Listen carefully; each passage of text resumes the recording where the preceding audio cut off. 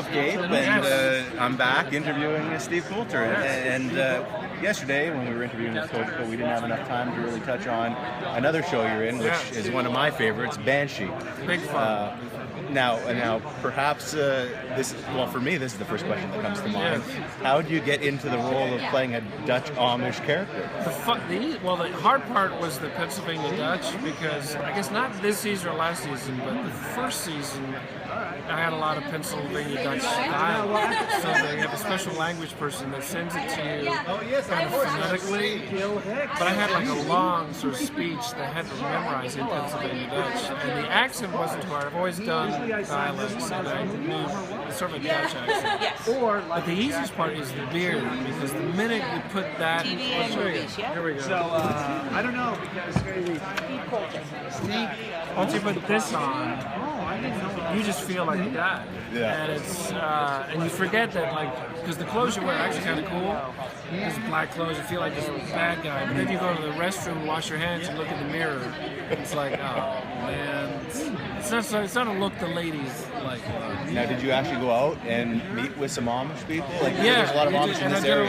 There's a lot of documentaries about it. And one of the cool things about the Amish is that they're not it's not like they're very strict in terms of, they don't shun, the reason they shun technology is to create more of a community. Mm-hmm. The reason they don't have automobiles is they want everyone to be within walking distance of each other. I mean, if they had cars, people could move away. And I had that experience. My relatives, I just saw my uncle, I hadn't seen him in 10 years because everyone is so spread out.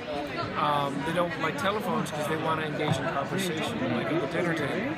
So it was really kind of an eye-opening thing that it's really a kind of a loving community. And they let their teenagers, they're wilding where they get to go out. It's totally up to the teenagers whether they want to stay in the community. So that was kind of eye-opening. So that was kind of interesting. And interesting because it's kind of completely the opposite way of how society's going. Exactly. With cell phones and not talking at the dinner table anymore. Exactly. They want to not lose that. So that's, and they're very accepting about the people, very forgiving. So it's not, I thought it was like, they were very restricted, very judgmental, and it's the exact opposite. They're very kind.